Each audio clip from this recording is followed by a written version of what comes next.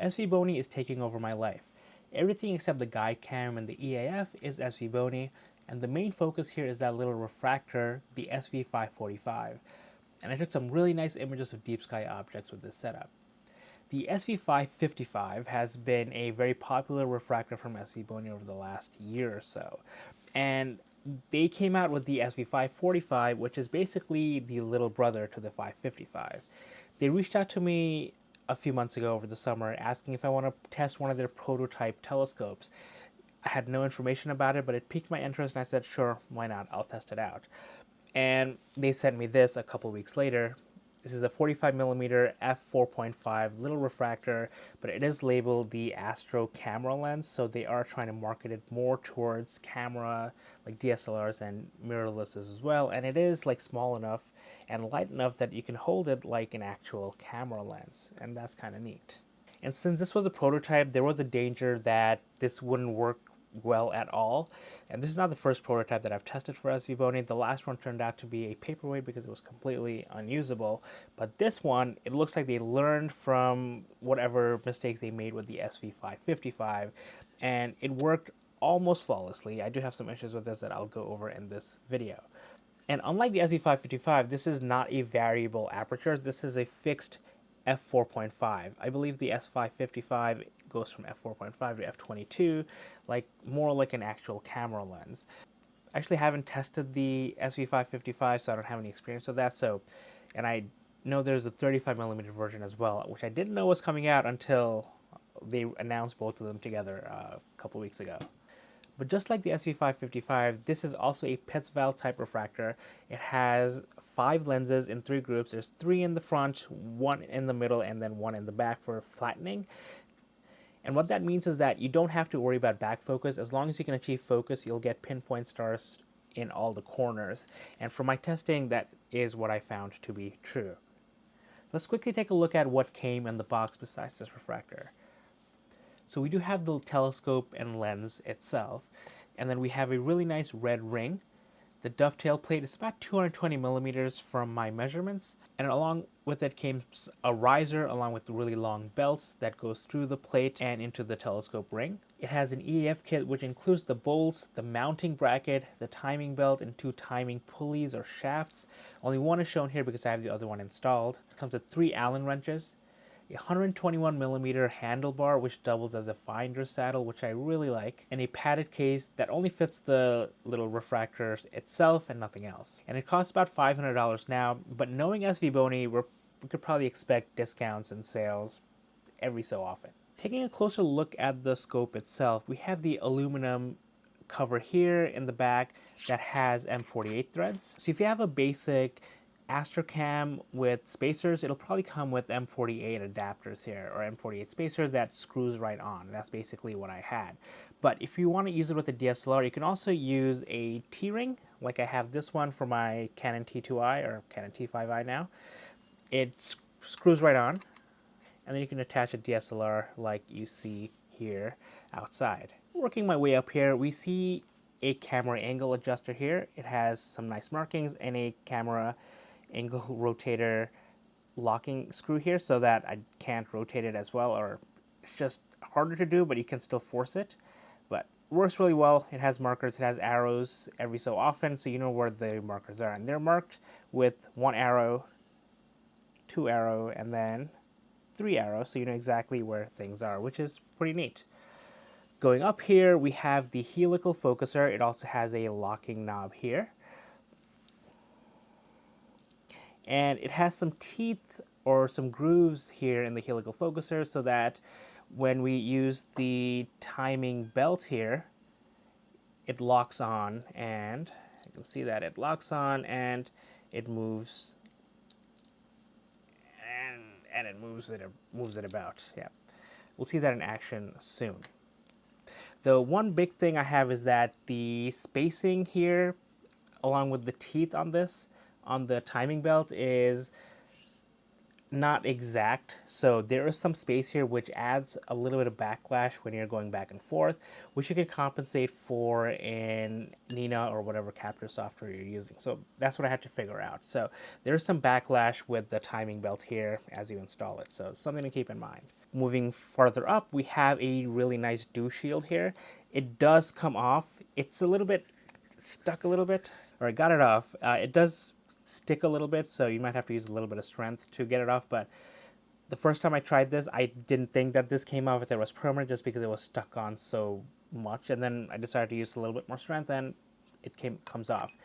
And inside here is a plastic lens cap here. This is very similar to what you see with regular camera lenses. You know, you pinch the middle here to have it go in here. The only problem with this is that when the dew shield is on, my fingers are a little bit too chubby and I can't really grab onto that. So I can take it out more easily because I can, you know, pinch it and then turn it upside down and it falls off. But getting it back in is really difficult for me. One of the feedback I gave them is to add like little lips here so that they're easier to grab. All my Canon lens caps have that. It's a lot easier to hold too. This just feels a little bit slippery. But, you know, this is plastic. You can replace this. I think it's 55 millimeters. It does say 55 millimeters on here. But once you remove that, we can see the really nice glass here. And you can see me right through there. You can see, you can read the labeling there. It's the Svbony f4.5 45 millimeter Petzval lens. And you can kind of look in the middle. I don't know if you can see it in here, but in the middle, you can see the third or the fourth lens. It's in the middle of this. We have 3 in the front, 1 in the middle, and then we have the flattening element in the back there. Hello. Does my face look flat? And now this thing looks like, without the dew shield, without all the other extra stuff, this looks really tiny and does handle like a camera lens. And the lens itself with the dew shield weighs about 1 kilogram, and once you start adding all the accessories, it goes up to a little under 1.7 kilograms. So it's actually less weight than the advertised amount on the Svbony product site. Let's take a look at everything else that came with this and put everything together. All right, put the lens to the side. We're going to look at everything else that came with this. So this is my Gemini focuser. It works really well, and I did mention that the belt had some backlash just because of the spacing is not exact. I'll show you this. I'm going to get close. You can see, kind of see it wiggle a little bit. So there's a little bit of backlash in the little shaft here as well. It's not the focuser itself, it's the little shaft here. No matter how hard I try with the little screws there, I can't tighten it anymore. So again, some more backlash you need to worry about when you're setting up your autofocus sequence in Nina. But totally fixable, just something to keep in mind. I'm going to start at the bottom. I'm going to start with this lovely dovetail plate. It looks really good. It feels really good. It is solid. It has grooves here that take the ring on this side, and it has rails here which fits the autofocus bar. It just like goes in here and it just stays there. So that's how we'll install this. But I'm going to first install the riser and the ring. So I'm just going to take this out, and you can see that this fits perfectly into here. So I'm just going to do this, and at the bottom I'm going to line up the little screw holes here, and you can see it comes out of here. So I can't screw this in until I put the ring on, and the ring has the holes here. And when we look here, it also has 4 mounting rings here as well. These are M4, I believe. So you put like another shoe here or other accessories. I actually installed this finder shoe here and put my SV241 Pro here, as you saw in the earlier picture, and you'll see again. But I found that this actually makes it a little bit too low when I install this. I have a hard time mounting it and unmounting it from my CEM40, which we'll take a look at later as well. So later on, I think the next time I set this up, I'm going to have to put this on the saddle itself. But right now, I'm just going to install this. I'm just going to put this on here. Turn this upside down.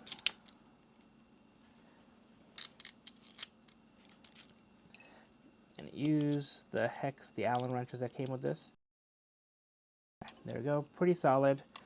It has the locking bolts here. It'll go in there. So I'm just going to bring the telescope over, the lens here, and I'm just going to put it in here. And I'm just going to lock it up with the locking screw here. Alrighty, easy peasy. That feels pretty solid. So now we're going to install the EAF. I'm just going to try and do this way.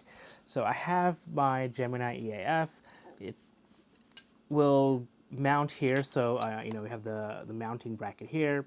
It will go through the little hole here, and then on here we have the screw holes, the bolt holes. These are M4 as well. And of course, the kit comes with M4 screws as well, M4 bolts as well. So I'm just going to plug this in. Great. And before installing the EAF onto the rail, I want to take the timing belt and then put it through here so that I have it available later on. And then you can just slide this through. There you go. Just slides through. There's rails here. It grabs on. Pretty easy. I'm just going to do this, and I'm going to just look here. And if you look there, there's some M6 screw holes. So I'm just going to use my fingers and tighten this. And so it's still pretty loose. That's because I want to put the belt on. So I'm just going to stretch the belt over here. Make sure the teeth are grabbing the grooves here on the refractor. And I'm going to stretch this out. And then you'll see that the teeth will grab both the shaft here and this here. So you just want to make sure you line those up. You know, move the focuser a little bit, line things up. And then now we can go to the bottom and tighten the bolts using the Allen wrenches. The one thing you want to do here is if you have the locking bolt here on the focuser, take that off, because otherwise it just gets stuck there. I did think about leaving this on to have this pull a little bit more so that it's a little bit tighter, but it just becomes too tight. So you can put that somewhere else. I'd put it in a little Ziploc bag back in the thing. And then now, all right, tighten everything, and now everything looks good. But like I said earlier, you can kind of see that it's a little bit loose. It's a little bit hard to see, but you can see that it moves pretty freely. It's not completely stuck there, and that's where some of the backlash comes from. But it's pretty good. Like, I won't be able to move this with my hand, but there's some gap here for sure. Here, there you go. There you go. You can see me move this, but it is what it is. The next thing to add will be the handlebar on top. And again, the handlebar also has grooves here, just goes in there. And then we have the final, I believe these are M5 screws. They're different, or M5 bolts. They're different sizes for the different things, so you don't mix them up. And there we go. Here's the complete setup. Didn't take me too long, but yeah, there we go. So there we go. This is super easy to handle.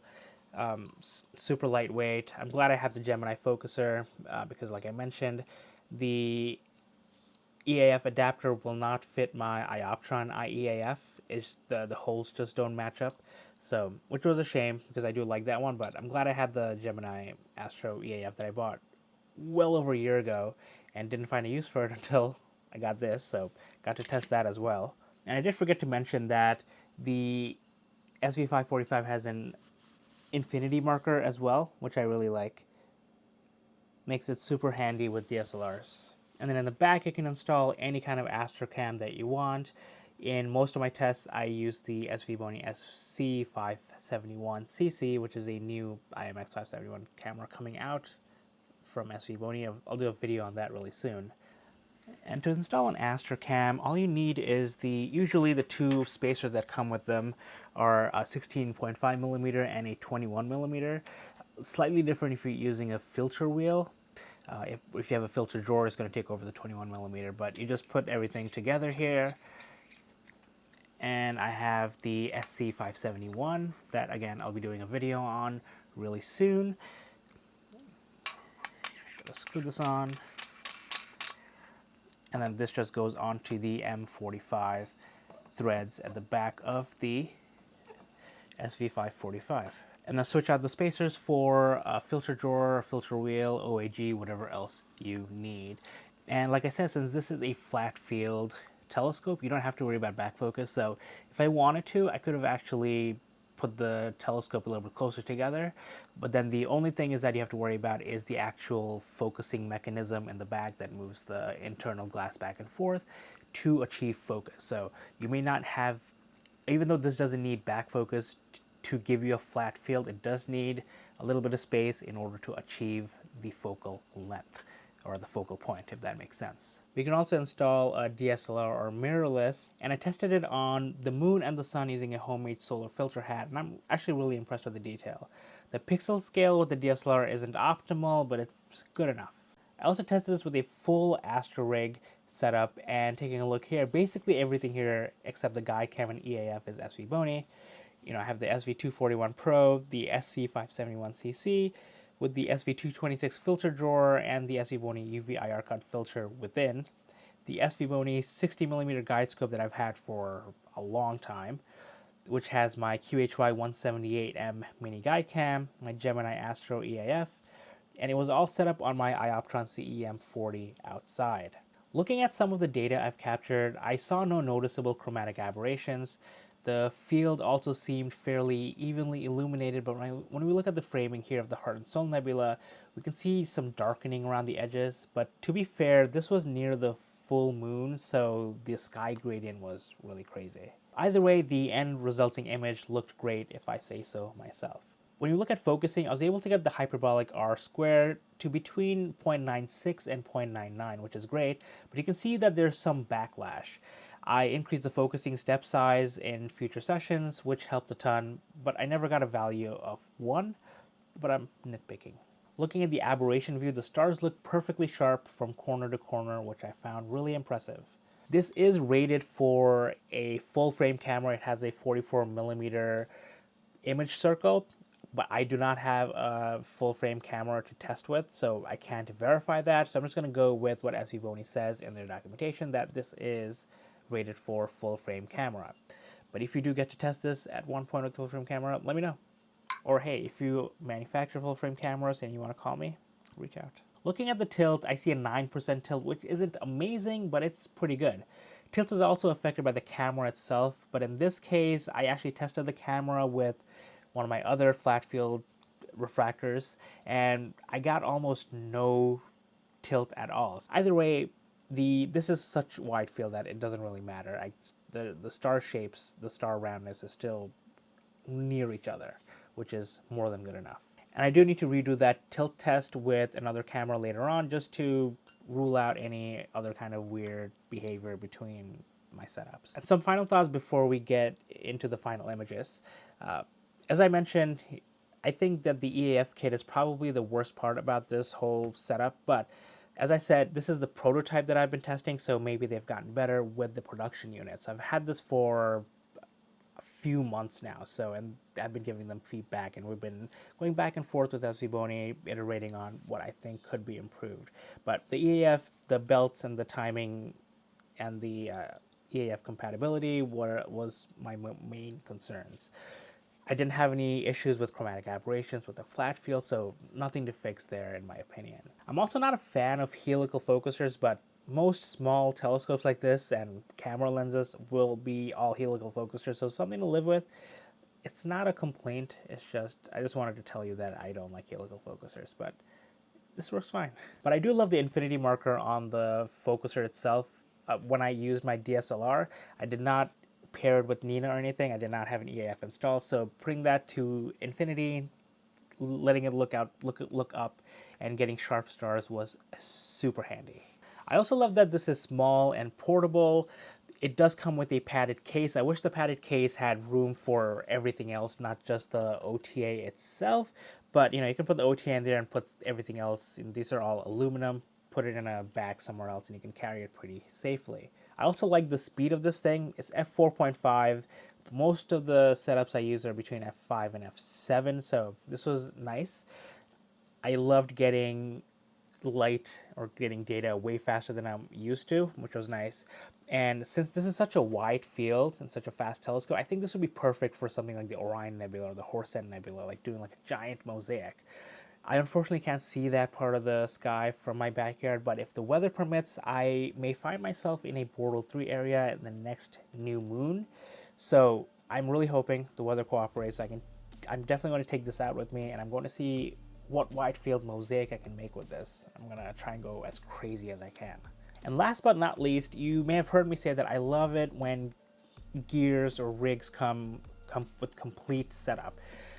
When you get this, you don't have to buy anything extra. You don't have to buy adapters for an EAF. You don't have to buy adapters for a camera. You don't even have to buy a handlebar. It all comes with it.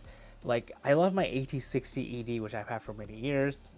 It was cheap, but you know, it didn't come with a dovetail plate. It didn't come with a handlebar. It did come with a rotator, which is nice, but it didn't come with a flattener. It didn't come with a way to attach an EAF. So something like this, you know, for around $500, I think it's a really good deal. And again, knowing Svbony, there's probably going to be coupons and sales every once in a while, so you probably don't even have to pay the full price. And with that said, I don't have a coupon for you at the moment of this sentence, but please check in the description below because Svbony may give me one later on for you to use. So use the link in the description below to place your order if you are thinking about getting the SV545.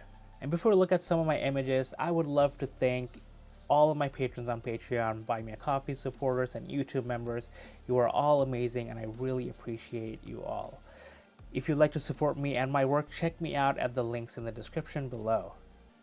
There's also time to get my 2026 astrophotography calendar if you haven't checked that out. So here are some of my images that I've captured with the SV545 and the SC571 and my DSLR.